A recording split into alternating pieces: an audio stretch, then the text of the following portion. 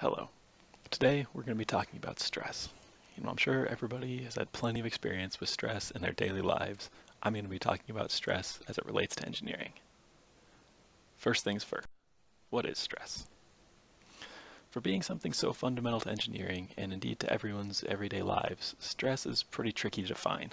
And the most accurate definition I could find, which wasn't a paragraph long, is that stress is a measurement of the internal pressures within a material. Or more simply put, stress is what makes things break. While a steel chain might hold 100 pounds or 10,000 pounds, depending on its size, steel of the same type will always break at the same stress level, called the ultimate strength. This is because stress takes both force and area into account, as you can see in the picture. And for that particular case, the stress is equal to the force divided by the area. However, this simple pulling is not the only kind of stress.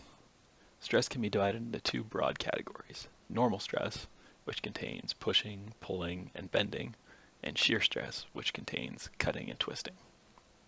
And many times, parts are subjected to a combination of the two, and this can lead to a stress state which is far greater than either individual stress and can create real problems for designers.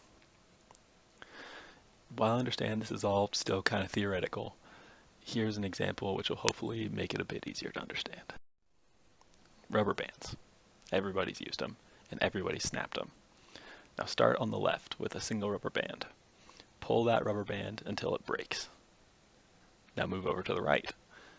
Pull those 20 rubber bands just as hard as you pulled that first one. Would they snap? No? Then why? They're the same material, so they have the same strength, and you're applying the same force. The difference is in the area. By raising the number of bands, you raise the area across which the force is distributed, which lowers the stress. Okay, one more quick example before I wrap this up. Let's think about stress in terms of its more common meaning, psychological stress. Imagine you have a big project to do in a very short time in which to do it. It's stressful, right? Now, what would be the best way to lower the stress that project is putting on you? Well, you could do one of two things.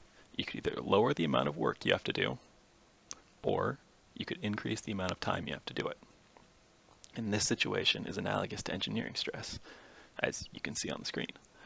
The amount of work to be done correlates with the force applied, and the amount of time you have to do it equates to the area. And to lower the stress, the same principle applies. You either lower the force or raise the area.